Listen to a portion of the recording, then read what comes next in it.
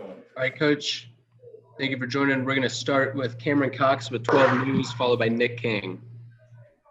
Coach, congratulations on the sweep. Can you just take us through the emotions? What are they right now after moving on to another round in the playoffs with this group? And then that hug you shared with Chris after the game, what was that moment like for you two?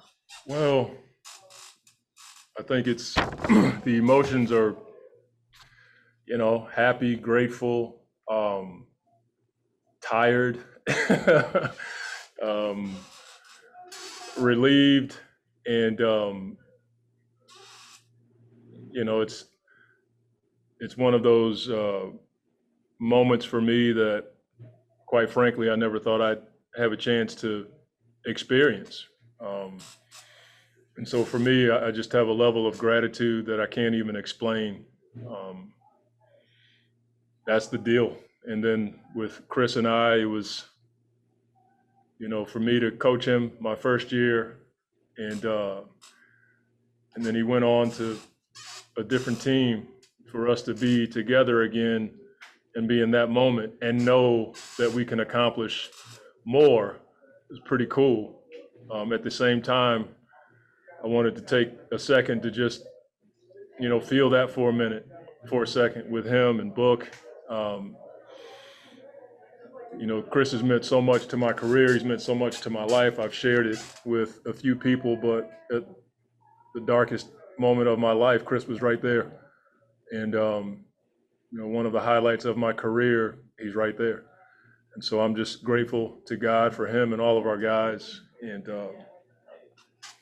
that's where it is right now. I'm not really good at waxing eloquent about how I feel, other than just telling you, I just feel grateful for this opportunity and to be on this team in this moment and have a chance to move forward. Next up is Nick King with Channel 3, Channel 5, and then Dwayne Rankin. Monty, what was that huddle like as they're reviewing the Jokic flagrant and just the response from you guys? You use the word poise a lot. Did you see that from that point forward? Yeah, we talked about that. It was just 2 series in a row where we had, that kind of incident. And I didn't really think it was, anything malicious. But in those moments, you have to regulate your emotions. And that's what we've been talking about all season long. And so Chris got the guys together and talked about it. I got them together and talked about it. And, everybody was on the same page. We've been talking about winning. And in those moments, we got to get back to the task at hand. And we did that. Next is Dwayne Rankin with the Arizona Republic, followed by Kellen Olsen. Coach, I'm going to go just a tad off the radar. Today is obviously June 13th. Depending on what happens with the Clippers and Jazz, the conference finals won't start until either the 20th or the 22nd. So that could be 7 to 9 days in between. How much could that rest? How much do you guys need that kind of rest, considering, the run of every other day playing playoffs, basically from the start? I mean, everybody at this point is banged up and can use that type of recovery. We've earned it, and we want to take advantage of it. So, I'll talk to the coaches and our medical staff and training staff and see the best way to approach these next few days. But right now, I'm just not even thinking about that, man. I'm like just happy about what these guys have accomplished and grateful to be a part of it. And I hope our fans back in Phoenix and in the state of Arizona are feeling the same way I do. This is a special time to be a Suns fan, and everybody should enjoy it right now. Next, we'll go to Kellen Olsen with Arizona Sports, and then Mark Schwartz. Hey, Monty, looking at the game, we saw that fight from Denver we expected, but it felt like Chris had an answer for him every time. He was 14 of 19 for 37. What were your thoughts on his performance in the game tonight and just how the game unfolded over the course of it? I mean, what could you say other than, he was darn near perfect all night long. Scoring the ball, managing the clock. He and I had communication throughout the game on what was working. They made some adjustments in their pick and roll defense, and so we had to change up where we ran our stuff, we got more in the middle of the floor. And he's just an unbelievable basketball player. But more than that, he has a will to win. And it's impressive to watch and fun to be a part of. Next up is Mark Schwartz with ESPN, followed by Richard Science. Monty, a couple of minutes ago, I think on the live broadcast, Chris got pretty emotional in the interview, and he said that just a few years ago, people had begun to write him off. Can you talk about the fuel that this guy has and what he has left at the age of 36 to lead a team like this with all these young players to this level? Yeah, I mean, I'm happy that the people did do that because it fueled an already highly competitive, strong-willed maestro of a point guard and basketball player. You never want to count out a guy like Chris, you know, and what he's been able to do for our program is, I'd be here all day talking to you about the things that he's brought to the staff, to the players. I've told our local writers about they've learned about diet, hydration, different methods of working out. But more than that, I think our guys can see his will every single day. He's competitive, he cares, and you know, I'm glad to be a partner with him. You know, for me personally, I've had the most success as a coach when I've had Chris, and I'm not ashamed to admit that. He's an unreal basketball player, a great dude, and I'm just glad he's our point guard. Next up is Richard Science with Fox 10, and then Joven Buha. Coach, congrats on the win. Congrats on advancing. I want to ask you about not just winning, but the way you guys won. I mean, it seemed like you guys were the team with the sense of urgency in the first quarter, especially on the defensive end. Then when things could have gotten out of hand with the Joker situation, it was your team that kept its composure and went on a run after that. Yeah, I mean, that's something I've said it before. We've talked about it all season long, about the poise that is necessary to overcome in those moments. And for such a young team, it's an asset for us to have guys like Chris and Jay and Etwan and Langston in those moments, because they've been in situations like that. They understand the mental balance you have to have, especially on the road. And so I wasn't surprised about the run, but it was pretty gratifying to see everybody come together in that moment, and everybody was saying the same thing. You know, let's be about winning, keep our poise, and get this game. Next is Joven Buha with The Athletic, followed by David Aldridge. Hey, Monty. You guys were an elite defense in the regular season. You were 6th in defensive rating, but you're 2nd in the postseason. I'm curious, what areas defensively have you seen growth and progress with this group, from going from already being elite to top 2 in the postseason? Well, I mean, Willie Green has led that charge. You know, he's run the defense all season long. The will of our guys on the floor, you know, a lot of times you run schemes and things of that nature, but for the most part, you see guys flying around, putting out fires when they need to be put out. And then DA, he's the anchor. You know, that kind of presence in the paint, athletic guy who can block shots and guard different positions. Adding Jay for sure has helped our defense. He guarded everybody in this series. And Mikhail typically guards the toughest wing. And we have them all over the place, guarding 1s, 2s, 3s. And so you add competitive guys like Chris and Book, and Chris has been an all-defensive guy pretty much his whole career. That has really helped us. And then the guys off the bench come in, and they just play really hard. And that's most of it for us, is the effort and will on the defensive side of the ball. We have time for 3 more. Next up is David Aldridge with The Athletic, and then Greg Moore. Hey, Monty, congratulations, man. You have been around a lot of really good teams and organizations over the years, and I wonder if this feels similar to other years where you thought, hey, we got a group that's, if we get a break, we can go a long way. This group is special. Yeah, I mean, DA, I felt that earlier in the year when our guys didn't complain about all the obstacles that were in front of us, from the changes in our day, the COVID testing, the crazy schedule. I don't think I heard our guys complain one time about it. We've always approached the game with a get to, not a got to mentality. We get to play basketball, we get paid a lot of money, and our team enjoys playing. So you could kind of see it early on. If we could persevere through those obstacles and a few things can go our way in the playoffs, you never know.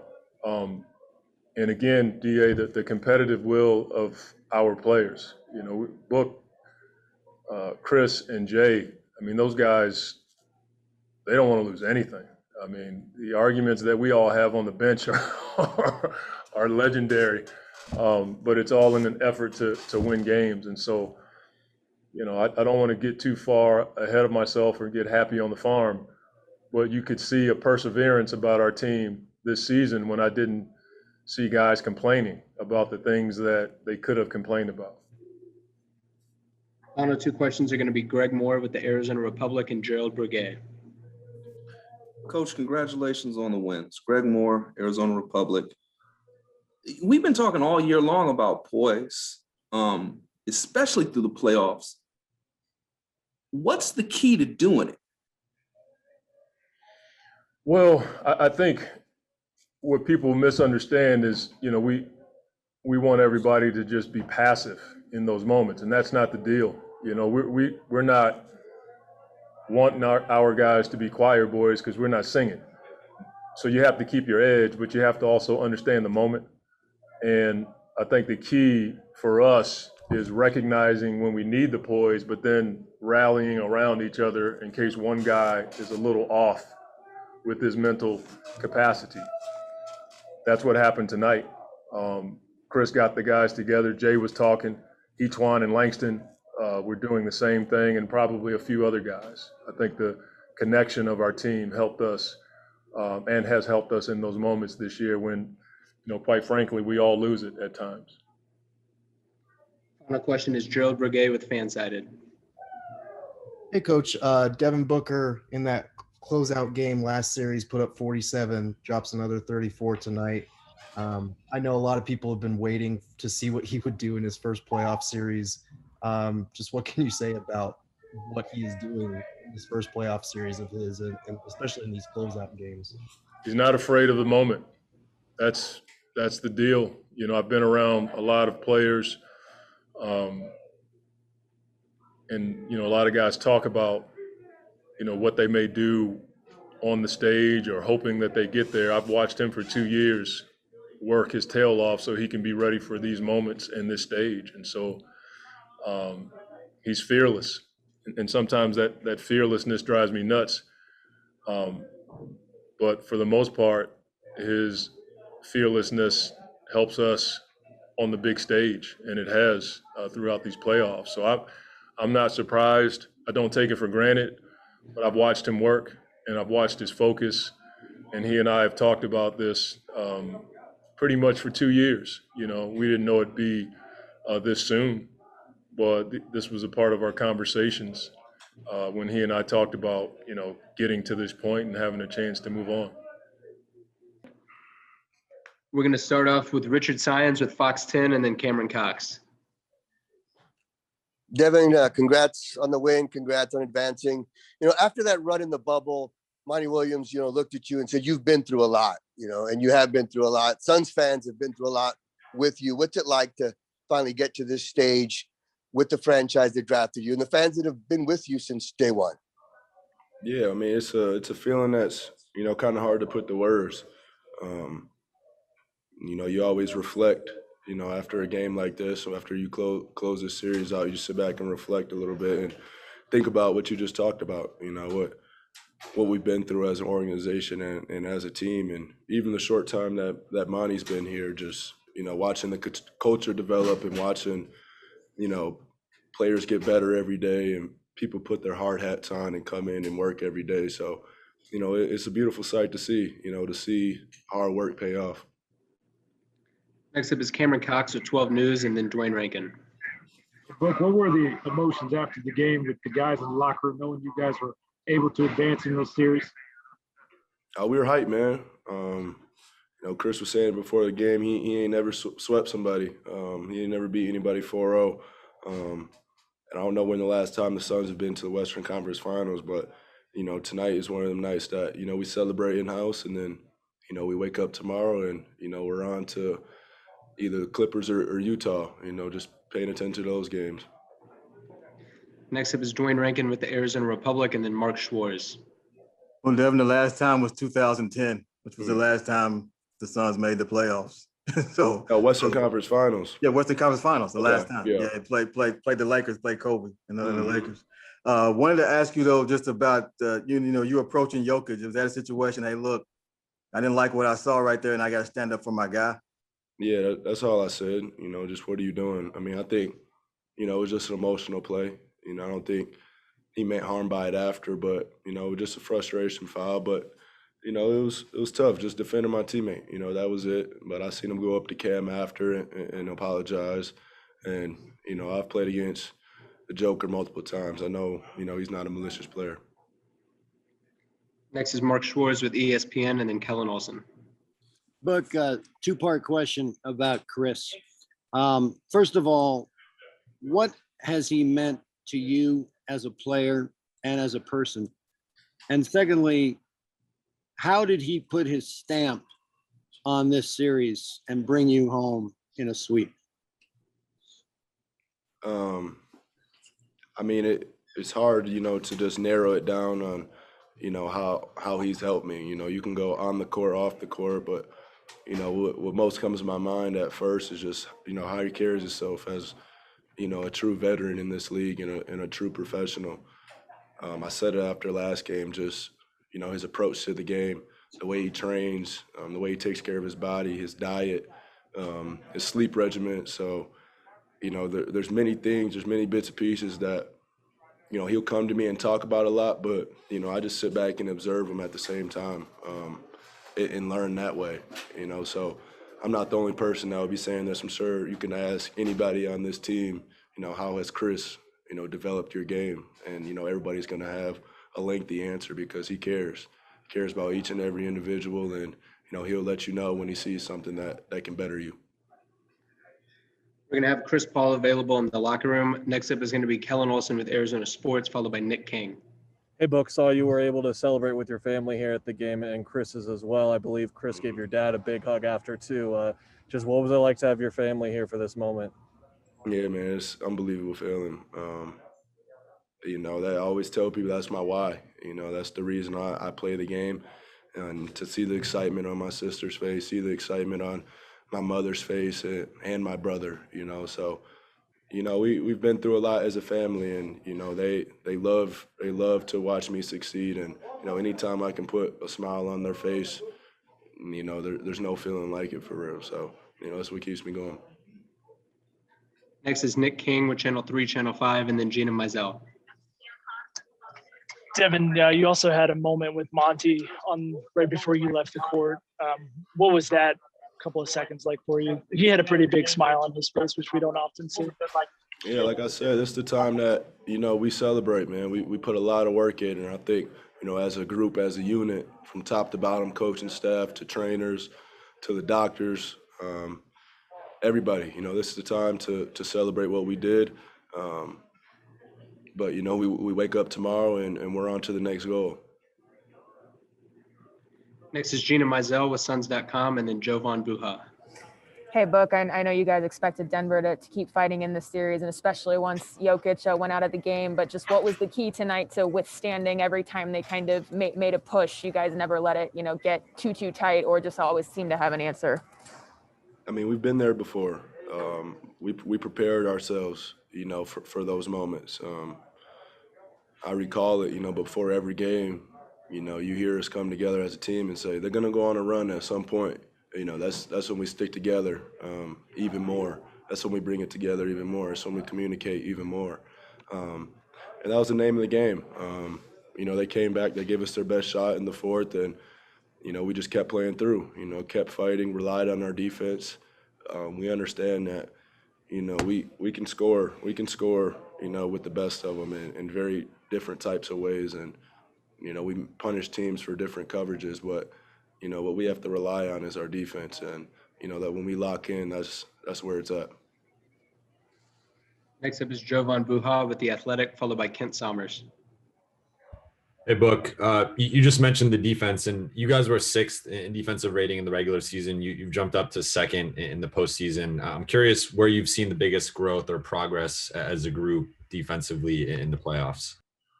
I mean, our goal at the beginning of the season was to be top 5 in both categories, offense and defense. But our improvement, I think it's just our communication, our versatility, DeAndre protecting the paint, and they used to have some competitive wings, you know, that can switch a lot of actions, guard a lot of different types of players. Jay Crowder being the grit, you know, of that. Mikal, you know, taking on, you know, any top scorer in the league every night. You know, he's been doing that all season. So, you know, we just trust it. We trust it, and we play together, and we talk it out together, and we hold each other accountable. Got time for 3 more. Next up is going to be Kent Somers with the Arizona Republic, and then Evan Sidery. Speaking of defense, it did at times tonight. It didn't look as maybe locked down as it has been the last 4 or 5 games. I don't know if you felt that, and if so, what carried you guys through those times? Just, I'd say communication, holding each other accountable. We know when we're not playing the type of defense that we need to be playing. So we communicate that amongst each other, and we tell each other it's time to lock in.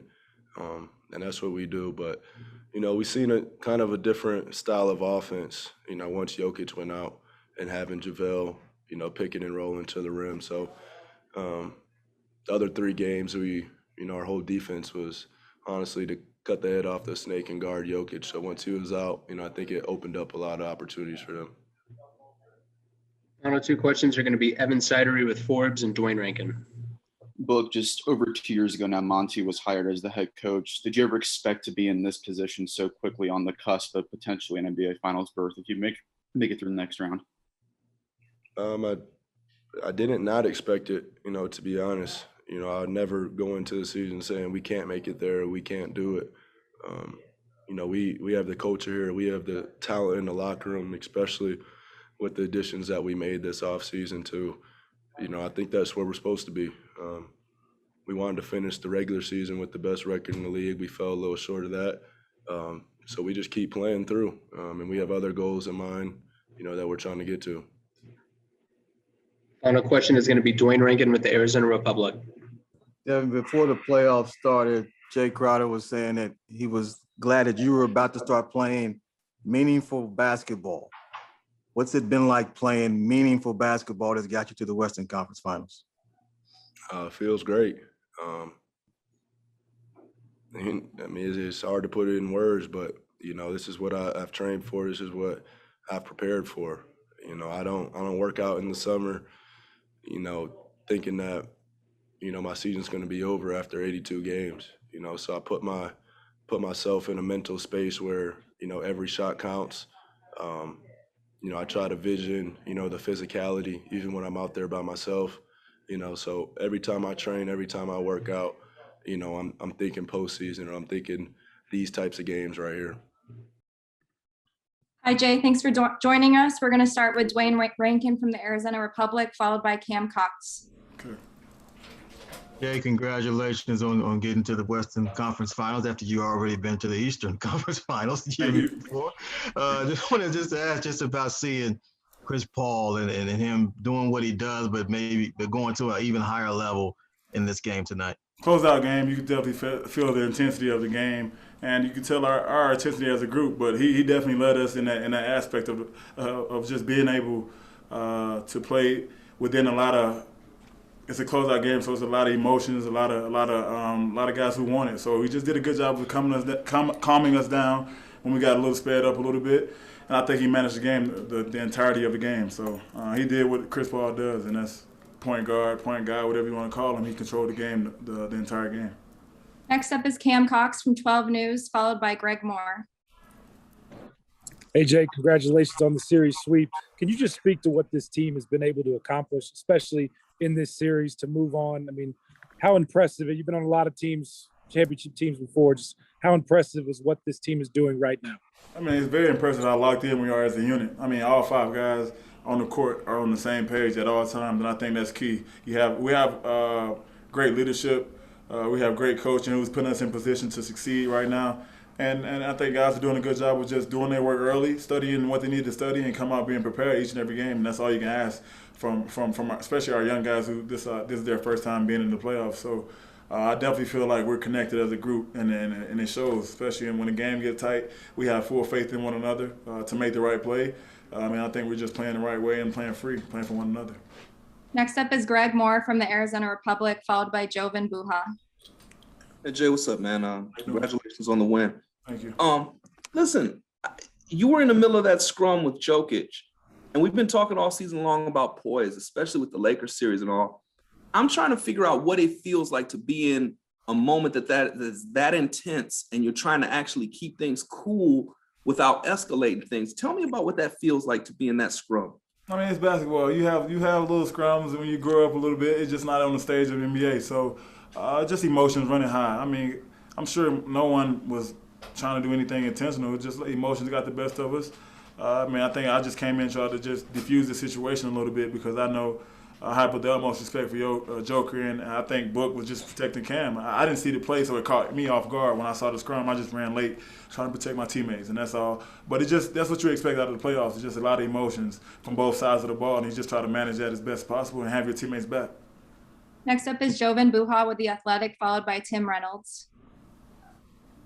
Hey, Jay, you guys have gone from 6th in defensive rating in the regular season to 2nd in the postseason. I'm curious, what type of progress or growth have you seen in the defense from going from an already elite one to basically the best or second best in the league right now?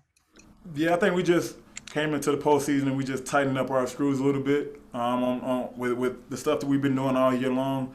We just want to do it at a higher level. I just think that the playoffs brought that out of us. We've been put to the test with some challenges, but we've overcame them, and we've been playing some good offensive teams. And these past 2 series, I mean, you could look at the 2 teams that have offensive power. So we've done a good job of just sticking to the game plan, talking it out, watching film, and coming up with a game plan with our coaches, and then going on the court and applying it. So I just feel like it goes back to our connectivity, us all being on the same page and fighting for the same goal. And I just feel like it has paid off this postseason, and we got to continue to do that to get to where we want to be. Next up is Tim Reynolds with Associated Press, followed by Kirsten Susel. Hey, Jay, congrats on going back to the conference finals. I wanted to ask you, it's kind of in 2 parts. The bubble experience last year, even for a seasoned pro like you, what did that do as far as your growth? And for the kids that are on your team now, those kids that went 8-0 in the bubble last year, how much do you think that set the tone for what you guys are trying to accomplish now?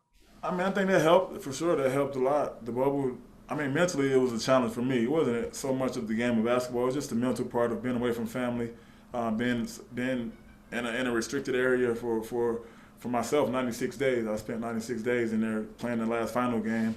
And it just got to be tough mentally a little bit. But other than that, it definitely helped me grow. It helped me lock in on my game a little bit. I was able to go to the gym multiple times throughout the day, because I was just felt like it was the only thing to keep my mind where it needs to be, keep me in my sanity. So I just felt like the bubble helped growth and with my mental, and I think for our younger guys here, it just prepared us for this moment a little bit, because these guys were hungry to be in the playoffs last year. It fell short a little bit. A couple of guys came over with me, myself, and Chris, and we got Torrey Craig. We got a couple of guys, and we were able to put something special together. And I feel like what they wanted last year, falling short of the goal, definitely helped us in this moment, and to try to continue to win games in the playoffs once we got our foot in the playoff door. So I think each guy on our team we want it. We want to be in that moment, the big moment, and we want to come out on top. So we're putting the work in each and every day to just try to come out on top. Our last 2 questions are going to be with Kirsten Susel from 12 News, followed by Cody Cunningham. Hey, Jay, kind of a similar question. I remember talking to you when you first got to Phoenix and talking about your journey to get here and everything you've been through in your career. And you making the decision to come here based on the belief of where this team could go.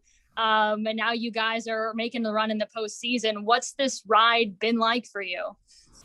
I look like a genius, huh? I know I look like a genius a little bit with my decision. When I made the decision, you should have saw how many text messages I got. Like, what am I doing? Why are you going to Phoenix? They haven't made the playoffs in 10 years. I just feel like I just knew what type of group these guys were. I felt like they were hungry. They wanted to do some special things, and I just want to be a part of it.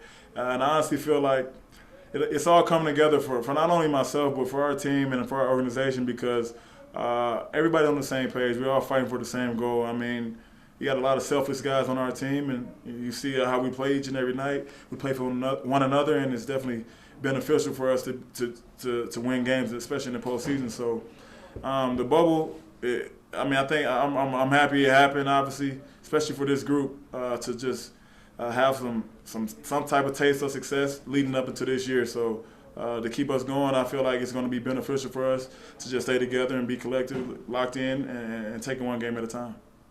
Our last question is with Cody Cunningham with Suns.com. Hey, Jay. With about 3 minutes left in the game, Mikal made an off-bounds save, diving out of bounds, and he was able to find Chris for the fast break, and that put you guys up by 11. Just how critical are those little hustle plays that lead to the overall victory? I mean, we talk about it all the time. We talk about 50-50 balls and little things that lead up to the big things, and that's W. So it's definitely on our conscience to lock in on the little things, the small aspects of the game, diving on the floor, wanting it more than the other team, 50-50 balls, helping your teammate. Those things we talk about on a daily basis. So it's no coincidence that you saw that Kel did that, and it was definitely a good momentum swing for us. But we definitely talk about that. We come into the game, we try to win that stat against the opposing team, because that ultimately leads to victories, especially on the road in a closeout game. Thanks for joining us, Chris. Up first is going to be Dwayne Rankin with the Arizona Republic, followed by Cameron Cox.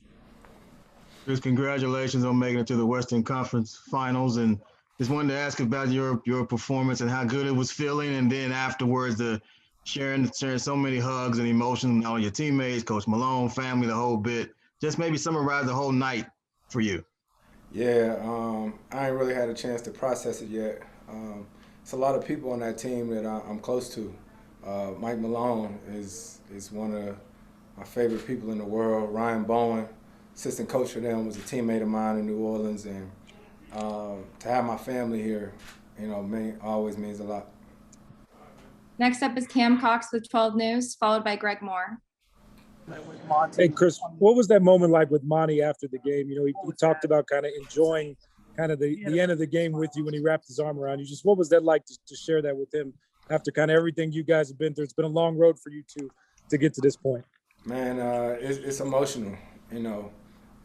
Mont has been through things in his life, that a lot of people don't necessarily come back from. The mental stamina, who he is as a person, basketball aside, he means so much to me and my family, so to be on this journey with him and to see it paying off is nice. And we're a lot alike. We stay locked in. Like, I don't feel good until the buzzer sounds, and Mont's the same way. So, when the series is over and the game is over, it's nice to share those moments. Next up is Greg Moore with the Arizona Republic, followed by Melissa Rowland. Chris, congratulations on the win, man. Thank you. Greg Moore, Arizona Republic. Hey, man, can you tell me about that fake spin, pass, backspin? You're coming down the lane, it's about 5 minutes, 30 seconds left in the third quarter, and you give him that fake pass, and it bounces right back up to you. How did you develop that move, and what's the key to doing it? I started that back in 2007 when they tried to switch the balls on us, when they tried to switch the basketballs on us, and it was like a different material. If I could throw that basketball way out and make it snap and come back to me. And so then when we switched back to the regular basketballs, it just, with me, I'm obviously not 6'5", 6'6", not the most athletic or whatnot, so I've always had to, develop my ball handling and things like this to keep guys off balance. Thank you. No problem. Next up is Melissa Rowland with Fox Sports, followed by Tim Reynolds. Hey, Chris. Monty just told us that you were there for him in the darkest moment of his life, and you were also there for him in one of the greatest moments of his career. What has he meant to you? Man, everything. Everything. I got a chance to play for Mont that 1 year in New Orleans, and it was a special season. I got some of my greatest relationships with guys off of playing that 1 year for him. And I don't know. Like, you know, sometimes you have coaches that are just coaches, you know, but sometimes you have relationships that last a lifetime. Mike Malone was on that staff when I played for Monty, and Monty is a lot more than a basketball coach, so I appreciate him. Next up is Tim Reynolds with the Associated Press, followed by Mark Schwartz. Chris, congrats on the sweep. I hope this isn't too simplistic, but your legacy is secure, your place in history is secure, you're going to end up in Springfield. We all know that. Is it just the one thing at the end that still drives you, or how do you still find I guess what still brings you to these places where you can pull 37 out of your hat in game 4 at 36 years old of a closeout game? Like what is still the motivation to be this guy for you? Competition. Like I don't really play for anybody else or whatnot. I play for my team. Me and Ann, my tissue lady, lightweight, my therapist, who always working on me, and I talk to all the time about it. Like I wasn't this phenom. I wasn't necessarily supposed to be here. I played 2 years of JV basketball. You know, it ain't always been, you know, sweet for me. I've always had to grind, and I like that mentality, and that's always been who I've been, and I'm gonna stay that way. If you like it, cool. If you don't, it's cool too. Next up is Mark Schwartz from ESPN, followed by Kellen Olsen. Chris, congratulations on the win. You touched about 10 minutes ago with Chris on the court about how people wrote you off just a few years ago. What was that feeling like, and how has it fueled you to do what you're doing on the court right now and playing some of the best basketball that we've ever seen you play at the age of 36? It was cool. You know, I always say this, I know who I am, I know the type of work that I put in, and I'm grateful for my team around me, like my family, my chef, Aaron, Ann, switching over to DBC, and Donnie, and Dave, and everybody there at DBC, man. I got an unbelievable team, and then all you gotta do is do the work, you know what I mean? Put the work in, and it's exciting, and it's nice to be with a team that everybody has the same mindset. Next up is Kellen Olsen with Arizona Sports, followed by Joven Buha. Hey, Chris, I saw you were able to say hi to your family after the game, but also Devin's. Devin couldn't stop smiling when he was talking about seeing the smiles on his family's face. So what is it like for you to see him have these types of moments for the first time in his career that you've had so many times already? Yeah, but it ain't so many times. You know, it's my second time in the Western Conference Finals, so it's dope. And we still got a long ways to go, but you know, to see his brother right there, I think his mom and his sister was here, dad was here at the last game. They, just like my family, been here. You know, they've been with you along this entire journey, and they've seen the work that Book has put in and year out, and to see it paying off, I'm happy for him. Next up is Joven Buha with The Athletic, followed by Anthony Slater. Hey, Chris. You guys were 6th in the regular season in defense rating. You've jumped up to 2nd in the postseason. I'm curious, what type of growth have you seen defensively from the group over the postseason? Man, a lot of growth. Like I said, it's a shout out to our coaches. We prepared every game. Win or lose. One thing we won't be underprepared, and just the attention to detail. You know, we have slip-ups here and there, but the signs of a good team is when you can lock in defensively, and that's where we try to hang our hat. Next up is Anthony Slater with The Athletic, followed by Catherine Fitzgerald. Chris, at one point tonight, you hit 9 straight mid-range jumpers. How much was the shoulder bothering that mid-range in the Lakers series? When did it start feeling better? And when did you feel like you kind of got the touch back on that mid-range? I'm good now. Yeah. I'm good now. I don't even remember. I'm good now. How much did it affect your mid-range when it was bothering you? I don't know. We got through that series.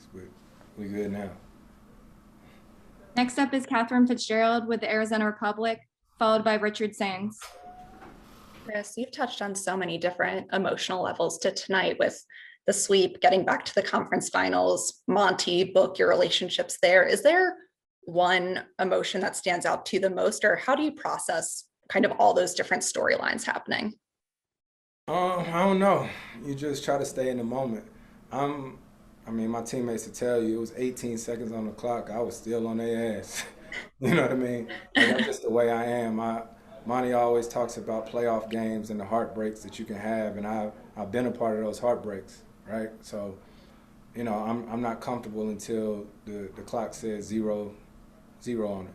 So a lot of things, haven't really had time to process it, but I'm gonna get on the bus and first and foremost call my kids.